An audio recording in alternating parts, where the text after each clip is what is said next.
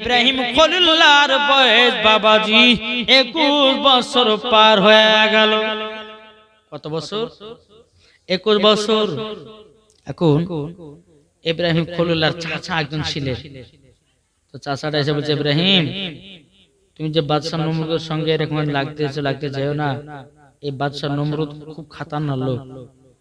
তো ইব্রাহিম খলিলুল্লাহ বলছে, চাচা আমি কাউকে দেখে ডরাই না, শুধু ডরাই আমি একমাত্র আল্লাহকে। জোরে বলে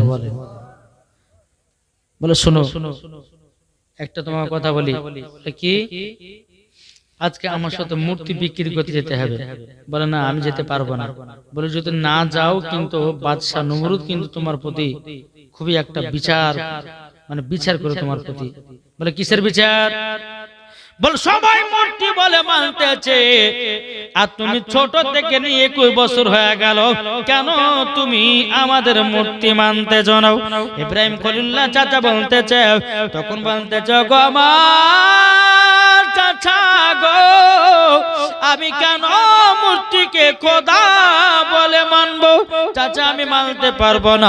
আচ্ছা তুমি মানিও না, ভালো কথা, কিন্তু আমার সাথে মূর্তি বিক্রি করতে চলো। এখন ইব্রাহিম খলিলুল্লাহ চাচার কথা শুনে বাবা আবারও বেরিয়ে গেল 21 বছরে। বাবা একবার ছোটবেলাতে আব্বার সাথে মূর্তি বিক্রি করেছিল, আর এখন বাবাজি 21 বছরে ইব্রাহিম খলিলুল্লাহ আপনার কিনা চাচার সাথে মূর্তি বিক্রি করতে যাওয়ার পর এক জায়গাতে বসে বসে আপনার বিক্রি করতেছে। অনেক মানুষ বলছো গো, আচ্ছা বলো না মূর্তির দাম কত টাকা নিবাও? বলে এত টাকা দাম নেব। বলে তাই নাকি? বললে হ্যাঁ। বলে এত টাকা দাম নিব ভালো, কিন্তু মূর্তি ঘরেই রাখা হবে, তোমাদের কোনো লাভ হবে না, তোমাদের বেকার কিনাই হবে। আমি তোমাদেরকে সেটাই বলে দিলাম। তখনই বলতেছে, বলে কেন আমাদের বেকার কিনা হবে? আমরা তো মূর্তিকে পূজা করি, আমরা তো খোদা বলে মানি, আমরা তো স্রষ্টা বলে মানি।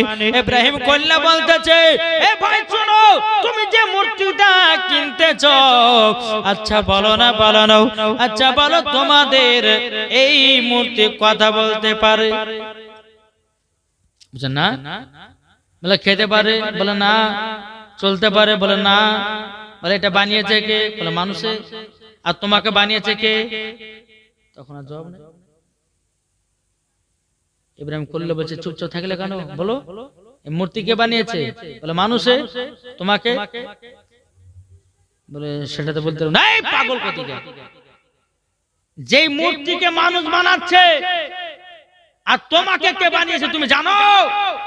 ইব্রাহিম খলিলুল্লাহ বলে কে? বলে তোমাকে আমাকে সারা পৃথিবীর মানুষকে বানিয়েছেন আমার আল্লাহ। জোরে বলে। কিন্তু বাবা যে মানুষটা মূর্তি আর নিল না, তখন বলে যে বলো পড়তে লাগো লা ইলাহা ইল্লাল্লাহ ইব্রাহিম খলিলুল্লাহ। জোরে বলেন সুবহানাল্লাহ। এখন ইব্রাহিম খলিলুল্লাহ যখন একটা দুটো মূর্তি যখন মানুষরা কিনতে আসলো বাবা, এরকম ভাবে একটা একটা করে বলতে লাগলো, তার কলমা পড়িয়ে লা ইলাহা ইল্লাল্লাহ ইব্রাহিম খলিলুল্লাহ পড়িয়ে আপনার কিনা মুসলমান বানিয়ে নিলে। বিরাদর ইসলাম মাদার সামনে কেউ তিনার চাচা বলতে জগ, ইব্রাহিম তুমি কি কাজ করতেছো? মূর্তির নাম করে তুমি সকলকে তোমার মুসলমান বানিয়ে নিতেছো। এখন বাবাজি আজ আপনার তিনা চাচা বলছো, ইব্রাহিম আর তোমাকে জীবনে কোনোদিন মূর্তি বিক্রি করতে নিয়ে আসবো না। আমি ভাবছি তুমি ভালো মূর্তি বিক্রি করতে পারবো, কিন্তু মূর্তি বিক্রি করছো না, তাকে বুঝিয়া তুমি কলমা পড়ে মুসলমান বানিয়ে নিতেছো, আর তোমাকে আমি আমাদের কাছে নিয়ে আসবো না। ইব্রাহিম খলিলুল্লাহকে আপনার জায়গা থেকে চলে যেতে বললেন বাবা। এইরকম ভাবে আপনার রাত যায় দিন যায়। বিরাদর ইসলাম মাদার সামনে কেউ ওই জায়গাতে বাবাজি প্রত্যেক বছরে মিশরে একটা মেলা হয়। কি হয়? মেলা। যেরকম আজ আমাদের যে জালসা হয়েছে না, এই জালসা মেলা হয়েছে না, হয়নি? এই মেলাগুলো বাবাজি করা আছে কাদের বলুন তো? কারা করে? কারা করে? মুসলমান ছেলেরা করে। কারা করে? হুজুর বছরে একটা দিন মেলা টেলা বসে কি হয়েছে? কিন্তু বাজি এই মেলাটা উঠেছে ওই বাদশাদের নমরুদের কাছ থেকে। জি, ইহুদিদের থেকে। জি, আজ আমাদের মুসলমানদের ঘরে সে মেলা উঠছে, শুধু এখানে বলে প্রত্যেক জায়গায়। আমরা তো জালসা যাচ্ছি রে বাপ, কলকাতা বলেন, হাওড়া বলেন, তারপর আপনার ওই মালদাহ বলেন, শিলিগুড়ি বলেন, আসাম বলেন, ত্রিপুরা বলেন, সব জায়গায় দেখছি যেখানে জালসা সেখানে মেলা। জি, কিন্তু যেখানে খোদার ভয় সেখানে তারা মেলাতে যায় না, আয়সা জান্নাতি বাগানে বসে হাদিস কোরআনের বাণী শুনে, জোরে বলেন সুবহানাল্লাহ। আর এটাই হচ্ছে বাবাজি জান্নাতি মানুষের পরিচয়, জোরে বলেন সুবহানাল্লাহ। জি, তো বিশ্বের একটা বিশাল বড় একটা মেলা। এখন বাদশাহ নমরুদ বলছে যে চলো মেলাতে সবাইকে যেতে হবে, কেউ থাকবে না, সবাই যাচ্ছে কিন্তু ইব্রাহিম খলিলুল্লাহ যাবে না। বলছে আমি যাব না, আমার শরীর খারাপ, আমি যেতে পারবো না। কোন মতে ইব্রাহিম খলিলুল্লাহকে বাবা নিয়ে যেতে পারলো না, নিয়ে যেতে কোন সময় পারলো না। বাবাজি মুসলমান ভাইরাও, এ সোনা মানিকেরাও, ইব্রাহিম খলিলুল্লাহ কোন মতে মেলাতে গেল না। এখন সবাই বাবা কাজে কাজে ব্যস্ত, মেলাতে গেল, কেউ নাই বাবা, তাদের মূর্তির কাছে কেউ নাই। বাবাজি মুসলমান ভাইরাও, এ সোনা মানিকেরাও, বেরাদুল ইসলাম মুআদ্দাস সামানিকেরাও, সবাই যখন নিজের নিজের মেলাতে ব্যস্ত, এদিকে ইব্রাহিম খলিলুল্লাহ তিনি বাবা একটা কুলহাড়ি নিয়ে বাবাজি আর হাতে কিছু প্রসাদ খাবার নিয়ে বাবাজি কাবার ভিতরে 360টা মূর্তি ভরা ছিল। বাবা কত? 360। ওই ওখানে গিয়া ইব্রাহিম খলিলুল্লাহ একটা কুলহাড়ি নিয়েছে, হাতে কুলহাড়ি নেওয়ার পরে ভিতরে প্রবেশ করেছে। খাচ্ছে না, খা।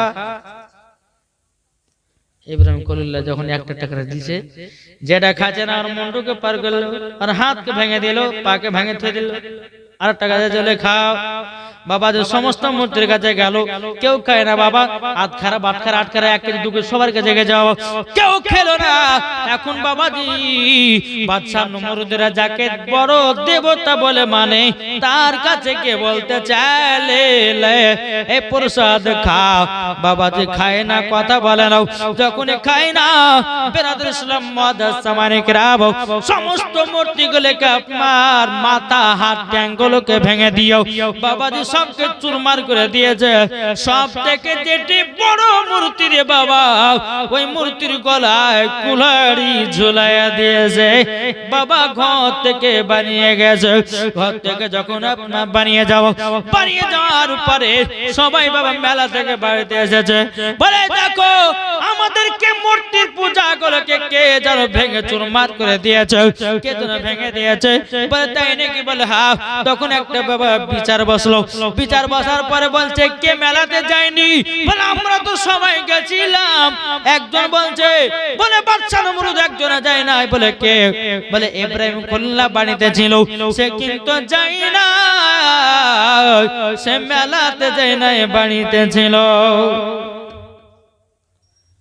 ইব্রাহিম খলিলুল্লাহকে ডাকা হলো, ইব্রাহিম খলিলুল্লাহ শোনো। যখন বাবা যা আসলেন, আসার পরে বলতে চাই, ইব্রাহিম তুমি তো মেলা যাওনি? বলে হ্যাঁ। তো তুমি কি আমাদের মূর্তিকে ভেঙেছো? বলছে আপনার মনে কি হয়? বাদশাহ নমরুদ বলতেছে, তা আমার তো মনে হয় যে তুমি কুলহাড়ি ভেঙে, তুমি সবকে ভেঙেছো, আমাদের মূর্তি গুলোকে ভেঙেছো। আচ্ছা তোমরা যাকে দেবতা বলে মন, তাদেরকে কি জিজ্ঞাসা করো না? তারাই তো বলবে, ঠিক না? এখন যেখানে যেখানে ভাঙা আছে, বলছে ওই দেখেন আপনাদের যে বড় দেবতা, আমার মনে হচ্ছে ওই বোধহয় ভেঙেছে, জিজ্ঞাসা করেন তোমার গলাতে কুলহাড়ি ঝুলা আছে, যাই কথা বলতে পারে। তো ইব্রাহিম বলে যাই কথা বলতে পারে না, তা আপনি আবার বলছেন কেন যে আরে আমার দেবতা? যে কথা বলতে পারে না, এদের সামনে কার মুন্ডু ভাঙা, কার হাত ভাঙা বলতে বলে যে কে ভেঙেছে, বলার সাহস রাখে না। এসে আমাদের রব হয় কি করে? নাকি বলছে সে রব হয় কি করে? এখন বাদশাহ নমরুদ মনে মনে ভাবছে, যাকে পারা যাবে না, এর উপর কোনো একটা শাস্তি করবে। কি বলে? একে ধরো, ইব্রাহিম খলিলুল্লাহকে আমাদের মূর্তিগুলোকে ভেঙে চুরমার করেছে, একে আগুনের ভিতরে দেওয়া হবে, আগুনে তাকে নিক্ষেপ করা হবে। এক জায়গাতে বাবাজি 100 বছর ধরে বাবাজি কাঠ জ্বালিয়ে জ্বালিয়ে আগুন জ্বলতেছিল, ওই জায়গাতে ইব্রাহিম খলিলুল্লাহকে নিক্ষেপ করবে। একটা আয়সা গাছ, ইব্রাহিম খলিলুল্লাহ আপনার হাতকে বেঁধেছে, পাকে বেঁধেছে, আগুনে ফেলবে। আচ্ছা পারবে? জি পারবে না। আজ আমি বলতে চাই মায়েদেরকে যে এই ইব্রাহিম খলিলুল্লাহ এক নয় দুই নয়, ইব্রাহিম খলিলুল্লাহকে আপনার আগুনে ফেলার জন্য বাবাজি প্রায় কমসে কম 40,000 মানুষকে ফিট করেছে। কত বললাম? 40,000 মানুষ। ইব্রাহিম খলিলুল্লাহকে বাবাজি তুলে ফেলবে কিন্তু শক্তি নাই। এদিকে ইবলিস শয়তান বলছে বাদশা নমরুদ শোনো, তোমার 40,000 মানুষে পারবে না। ইব্রাহিম খলিলুল্লাহকে 70,000 ফেরেশতায় ধরে আছে, তোমার পারবে না, পারবে না। ইবলিস শয়তান বলছে বাদশা নমরুদ তুমি তো 40,000 মানুষে পারলে না, আমি তোমাকে একটা বুদ্ধি দিব। এই বুদ্ধিতে যদি কাজ করতে পারো মাত্র 20 জনায় ইব্রাহিম খলিলুল্লাহকে তুলে জানো আগুনে নিক্ষেপ করবে, আগুনে ফেলে দেবে। এ বাবা যে মুসলমান ভাইরা, বাবা আমার সোনা মানিকেরা, বাদশা নমরুদ বলছে এই শয়তান বল কি তোর বুদ্ধি বল। তখন বলে এক কাজ করো, কিছুটা মেয়েদেরকে আর কিছুটা বেড়া ছেলেকে ধরে নিয়ে এসো, ধরে নিয়ে আসার পরে তাদেরকে জিনা করাও। বাবাজি মুসলমান ভাইরা, অনেক বাবাজি মানুষে ভিড় লেগে গেছে, কেন বলুন তো বাবা? ইব্রাহিম খলিলুল্লাহকে আগুনে নিক্ষেপ করবে, সমস্ত মানুষ বাবা দেখতে এসেছে। এখন শয়তান বলছে 20টা বেড়া ছেলে 20টা মেয়ে ছেলেকে ডেকে নিয়ে এসো। নিয়ে আসা হলো। শয়তান বলতে গো বাদশা নমরুদ তুমি ইব্রাহিম খলিলুল্লাহকে যদি আগুনে নিক্ষেপ করতে চাও, ওই 20টা বেটা ছেলে আর 20টা মেয়েদেরকে একই সঙ্গে একত্রিত করে তাদেরকে জিনা করাও। জিনা যেমনই করাবে ছেলেগুলো নাপাক হয়ে যাবে, নাপাকের অবস্থায় ইব্রাহিম খলিলুল্লাহকে ধরবে, আর কোন শয়তান ভিড়বে না, আপনার কিনা কোন আর ফেরেশতা ভিড়বে না। বাবা যে মুসলমান ভাইরাও, আচ্ছা বলুন না, কোন ব্যক্তি যদি নাপাক থাকে তার কাছে ফেরেশতা আসবে? আসবে না। তো বাদশা নমরুদকে যখন এই কথা বলো, শয়তান 20টা বেটা ছেলে 20টা মেয়ে ছেলেকে ডেকে নিয়েছে, একই জায়গাতে একত্রিত করে তাদেরকে জিনা করালো। জিনা করি বেটা ছেলেগুলো নাপাক হলো, নাপাকের অবস্থাতে ইব্রাহিম খলিলুল্লাহকে বাবাজি তুলবে। হ্যাঁ, আর যে মহিলাদের সঙ্গে বাবাজি জিনা করা হয়েছিল ওই মহিলাদের কপালে লাল লাল টিকলি পড়িয়ে দিয়েছিল কপালে। কি বুঝলাম? কেন বলুন তো? অনেক অনেক মহিলা এবার লাল লাল টিকলি না পড়লে তাদেরকে চিনতে পারবে না, পারবে কি? তো বাদশা নমরুদ বলে যায় যারা যারা জিনা করেছে তাদের কপালে লাল লাল করে বড় বড় টিকলি মেরে দাও, যেন চিনা যায় যে জিনাকারী জিনাকারী জিনাকারী। তাই মায়েদেরকে বলতেছে মা কপালকে টিকলি দেন না, নাহলে ওই নাইদের সঙ্গে জাহান্নামে যেতে হবে। বোঝা গেছে কিছু? কেউ কপালে টিপ ব্যবহার করবে না। ওই মহিলাদের কপালে বাবাজি কি করলেন?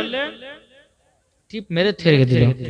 এখন বাবাজি ইব্রাহিম খলিলুল্লাহকে আগুনে নিক্ষেপ করবে, কিন্তু বেরাদ ইসলাম মাদান সামানিক রে আল্লাহ পাক আল্লাহ তাআলা বলতে আজ ইব্রাহিম জলদি করে যাও, আমার বন্ধু খলিলুল্লাহকে একটু সাহায্য করতে হবে। পরে তাই নাকি বললাও বনে যাও বাবাজি আল্লাহর ফেরেশতা জিবরিল আমিন টুক টুক টুক করে আসলেন। বাবা আসার পরে বাবা আমার ইব্রাহিম খলিলুল্লাহকে বলছে বলো গো আল্লাহর বন্ধু ইব্রাহিম খলিলুল্লাহ কিছু কি সাহায্য লাগবে নাকি? বলে আমি সাহায্য নেব না, সাহায্য নিব আমার আল্লাহর কাছে। জিবরিল আমিন তোমার কাছে নয়, আমি আল্লাহর কাছে সাহায্য নেব। বাবা মুসলমান ভাইরা, এই সোনা মানিকেরা, এই জায়গাতে একটা বাবা ছোট্ট ঘটনা আছে। কি জানেন বাবা? ইব্রাহিম খলিলুল্লাহকে বাবা যে যখন আগুনে নিক্ষেপ করে দিয়েছি, একটা ব্যাঙ বাবা পুকুরের কাছে গেছে। ব্যাঙ ব্যাঙ পুকুরের কাছে গিয়ে হয়েছে, বলে পুকুরে একটু পানি ঢাল দিবে। বলে কেন? বলে আমার বন্ধুকে আগুনে নিক্ষেপ করেছে, একটু পানি নিয়ে যা নিভাবো। তাহলে তোমাকে ব্যাঙের ভিতরে ইব্রাহিম খলিল কত মহব্বত, তার জন্য তো বলা হয়েছে কি? আচ্ছা বলুন, এই ব্যাঙ যদি কোনো পানিতে থাকে, আচ্ছা পানি কি নাপাক হয়? নাপাক হয়? জি নাপাক হয় না। কেন? আমার আল্লাহ বলতেছে ব্যাঙ আজ যখন ইব্রাহিমের মহব্বতে পুকুরের কাছে এক গাল পানি নেওয়ার জন্য গেছিলি, আমি আল্লাহ তোদের পেশাবকে আমি পাক করে দিলাম। যেমন আমার নবী করিম সাল্লাল্লাহু আলাইহি সাল্লাম যখন গারে হিরাতে আপনার কিনা হ্যাঁ গারে হিরাতে যখন গেছিলেন বেরাদ রাসূল আবু বকর সিদ্দিককে নিয়ে কাফেরের দলের নবীকে খোঁজ করতে লাগলেন, তো পায়রা মাকড়সা জাল বিছিয়ে দিয়েছিল আর পায়রাতে কি করেছিল, ডিম পেড়ে দিয়েছিল। জি তোমার আল্লাহ বলতে যে পাখির ভিতরে পায়রার ভিতরে এতটাই মহাব্বত, তার জন্য তো বলা হয় পায়রা পায়খানা পান। কি বুঝলেন না? যেমন আপনার ওই দেখবেন মসজিদে গিয়ে অনেক পায়রাতে পায়খানা করে না? জি মদিনাতে যাবেন, কাবাতে যাবেন, প্রত্যেকটা পাখিদের পায়রা ওখানে নামাজ পড়ে সব করছে। তাহলে বাবা যে মুসলমান সোনামানিক আপনারা বুঝুন, তাহলে বাবা যে একটা কবিতর হয়ে যদি নবী মুস্তাফার মোহাব্বত দিলে থাকতে পারে, একটা মাকড়সা হয়ে যদি নবীর মোহাব্বত থাকতে পারে, তাহলে বলুন আজ আমরা নবী মুস্তাফাকে মোহাব্বত করলে জান্নাতি হব কি হবে না? বলে ইনশাআল্লাহ নবীর মোহাব্বতে আমরা জান্নাতে যেতে চাই কি চাই না? জোরে বলেন সুবহানাল্লাহ। জি দুনিয়াটা মুমিনের জেলখানা, সবারই হিসাব হবে তারা। কি জোরে হবে না? দুনিয়াটা মুমিনের জেলখানা, হিসাব হবে তারা জানে না। নবী দিলে নবীর ভালোবাসা থাকিলে যাবে জান্নাতে, নবীর প্রেমিক হলে পরে, নবীর প্রেমিক হলে পরে যাবে জান্নাতে।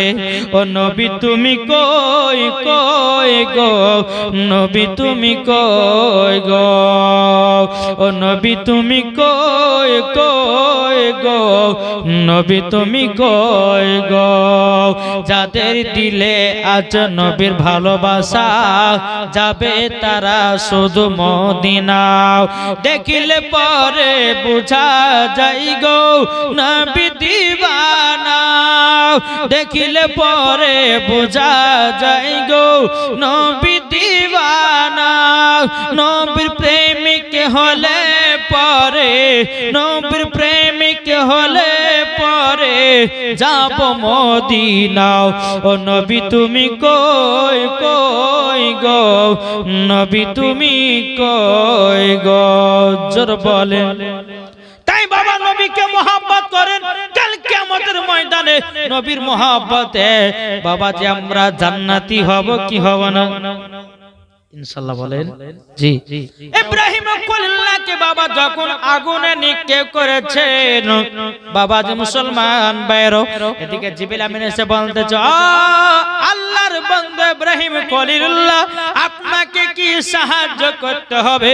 ইব্রাহিম খলিলুল্লাহ বলতেছে, ইব্রাহিম খলিলুল্লাহ বলতেছে জিবরিল আমিন আমি তোমার কাছে সাহায্য নিব কেন? আমি তো আল্লাহর ইবাদত করি, আমার আল্লাহ আমাকে সাহায্য করবে, কাউরের সাহায্য দরকার নাই। জোরে বলেন সুবহানাল্লাহ। যেমন বাবা আগুনে নিক্ষেপ করে দেওয়া আল্লাহ পাক আল্লাহ তাআলা জ্বলন্ত আগুনকে যেন ফুল বাগিচা বানিয়ে দেয়। জোরে বলেন সুবহানাল্লাহ। ইব্রাহিম খলিলুল্লাহ ফুলের বাগিচায় যেন বসে আছে। জোরে বলেন। আর এদিকে বাদশা নমরুদের বিটি ছিল, তার নাম হলো সারা। কি বললেন? সারা। সারা ও কিন্তু জান্নাতে দেখছে যে কি ব্যাপার, ছেলেটাকে আগুনে ফেললো, জ্বলন্ত আগুনে, আর সেই আগুন ফুল বাগিচা হয়ে গেল। এতে কোন সাধারণ ব্যক্তি হবে না। এই বাদশা নমরুদের বিটি আপনার ঘর থেকে বেরিয়ে এসে ইব্রাহিম খলিলুল্লাহর পাশেই দাঁড়িয়ে গেছে। বাদশা নমরুদ তুই দাঁড়ালে কিসের লাগে? বলে আব্বা তোমার ধর্ম বাতিল, আজ ইনার ধর্ম সত্য। জোরে বলে। লেখে তুই আমার বিটি হয়ে ওর দিকে সাপোর্ট হচ্ছিস? তোর মতন বিটিকে আমি তেজপুত্র করলাম, যা। ইব্রাহিম খলিলুল্লাহকে বলতেছেন, বলে আপনি কি আমাকে বিয়ে করবেন? জোরে বলে। তার নাম কি? সারা। তিনার আব্বার নাম দেখেছেন? জি আল্লাহ পাক আল্লাহ তাআলা কি না কি পারে বলেন। তার বিটি হচ্ছে নমরুদ, তার বাপ হচ্ছে নমরুদ, আর তার বিটি হচ্ছে সারা, ইব্রাহিম খলিলুল্লাহর স্ত্রী, প্রথম স্ত্রী। জোরে বলেন সুবহানাল্লাহ। এদিকে বলছে আমাকে বিয়ে করতে হবে। এখন বেরাদুল ইসলাম মুআদ্দাস সামানিকরা ইব্রাহিম খলিলুল্লাহ বলতেছে, বলে তুমি আমাকে কেন বিয়ে করো? তোমার আব্বা হচ্ছে নমরুদ, তোমার আব্বা মূর্তির পূজা করে, তোমার আব্বা মূর্তিকে মারে, তুমি কেন আমার সঙ্গে করবে? তখন বেরাদুল ইসলাম সারা বলতেছে, বলো ইব্রাহিম খলিলুল্লাহ, আমার আগে থেকে মূর্তি তুর্তি পছন্দ নাও, আপনাকে আজ দেখলাম, আমি বুঝে গেলাম সত্যি করি হচ্ছে আপনি একজন আল্লাহর নবী, আপনি কি আমাকে বিয়ে করবেন? ইব্রাহিম খলিলুল্লাহ তিনি বাবা কি করলেন? বাবা মুসলমান ভাইয়েরাও সোনামানিকেরাও, ইব্রাহিম খলিলুল্লাহ তিনি সঙ্গে সঙ্গে মা সারাকে বিয়ে করেছেন। জোর বলেন সুবহানাল্লাহ। কাকে বিয়ে করলেন? মা সারাকে। ওখান থেকে বাবাজি উঠেছে, বাবাজি বিয়ে করে নিয়ে বাড়ির দিকে রওনা দিলেন। এদিকে বাপ বলছে যে বেটা নমরুদের বিটিকে বিয়ে করলে মানে তুমি মূর্তি টুর্তি মানে বলে, আমাকে বাদশা নমরুদ আগুনের ভিতরে ফেলেছিল, আমার আল্লাহ পাক আল্লাহ তাআলা সে আগুনটাকে ফুল বাগিচা বানিয়ে দিয়েছে। নমরুদের অগ্নিকাণ্ড দাও দাও করে জ্বলে যায়, সেই আগুনে খলিলুল্লাহ আরামেতে বসে রয়, আরামেতে বসে রয়। কার ওসিলাই সে আগুন, কার ওসিলাই সে আগুন ফুল বাগিচা পয়দা হয়, বলো গো শুনতে চাই, ঠিক না বলেন? বাবা যে মুসলমান ভাইরাও, যে আগুন ফুল বাগিচা হয়ে যায়, তাইলে বলুন ইব্রাহিম খলিলুল্লাহর আল্লাহর বন্ধু। জোরে বলেন সুবহানাল্লাহ। বাবা যে মুসলমান ভাইরাও, এই সোনামানিকেরাও, আপনাদেরকে বলতে চাই বাবা আল্লাহকে ভয় করো। আল্লাহ বলছে যে বান্দা আমাকে ভয় করবে, আমি তাকে সব কাজে সাপোর্টার হব, সব কাজে আমি তাদেরকে সাপোর্টার হিসাবে কবুল করব। রাস্তা যদি বিপদ পড়ে সাপোর্ট করবে কে? রাস্তার মধ্যে যদি বিপদে পড়েন সাপোর্ট করবে কে? আল্লাহ। আল্লাহ বলছে বান্দারে তোদের দিলে যদি আমার ভয় থাকে, আল্লাহ বলছে ওই বান্দাকে আমি সাপোর্ট হিসাবে কবুল করব। জোরে বলেন না সুবহানাল্লাহ। বাবা যে মুসলমান ভাইরাও, এই সোনামানিকেরাও, আপনাদেরকে বলতে চাই বাবা একমাত্র আল্লাহ এবং আল্লাহর নবীকে মহব্বত করো। আমার আল্লাহ বলতেছে মরার পরে জান্নাতি জান্নাতি। জোরে বলেন না সুবহানাল্লাহ। বাবা যে মুসলমান ভাইরাও, এই সোনামানিকেরাও, আপনাদেরকে বলতে চাই রে বাবা দুনিয়ার সমস্ত জিনিস ছাড়ো, আল্লাহকে ভয় করো, কবরেও শান্তি, আখিরাতেও শান্তি। কি ঠিক না? জি। ইব্রাহিম খলিলুল্লাহ যখন মা সারাকে বিয়ে করে বাড়িতে গেলেন, বলছে বেটা তাহলে তুমি কি? না না মা, আমি একমাত্র আল্লাহরই বান্দা। তিনার আম্মা জান, তিনার আব্বা জান বলছে বেটা তুমি যখন এরকম করেছো বেটা আমাদেরও খুব খুশি হলো যে তোমার বিবি মুসলমান হয়ে গেছে, তোমার বিবি তোমার কলমা পড়ে মুসলমান হয়েছে। বেটা শোনো, আমি তোমাকে একটাই কথা বলি, এই রকম ভালোবাসা মহব্বত কিয়ামত পর্যন্ত রাখবা, জানো এই সারা জানো আল্লাহর নেক বান্দি জানো হতে পারে। জোরে বলে এই প্রথম বিয়ে হলেন 1 নয় 2 নয় 3 নয়, কমসে কম বাবাজি আপনার 7 থেকে 8 বছর, 8 থেকে 9, এই যে মা সারার প্রায় 40 বছর যখন বিয়ে হয়ে গেল। কত বললাম? 40 বছর বিয়ে যখন হয়ে গেল, একটা সন্তান আদি হয়নি। জি, একটা সন্তান হয়নি। এখন ইব্রাহিম খলিলুল্লাহ বাবাজি এত টাকা পয়সার মালিক, এত ধন দৌলতের মালিক, এখন বুঝে আল্লাহ আমার সন্তান আদি যদি না থাকে তো এতগুলো জমি জায়গা ভোগ করবে কে? কি ঠিক না? ভোগ করবে কে? চিন্তা চিন্তিত মা সারা বলছে স্বামী গো আপনাদের চিন্তা কেন? বলে সন্তান আদি হয়ে যাবে। আচ্ছা ঠিক আছে, আপনাকে আমি একটা অর্ডার দিচ্ছি, আপনি আরেকটা বিয়ে করুন। কি করলে? আপনি আরেকটা বিয়ে করুন।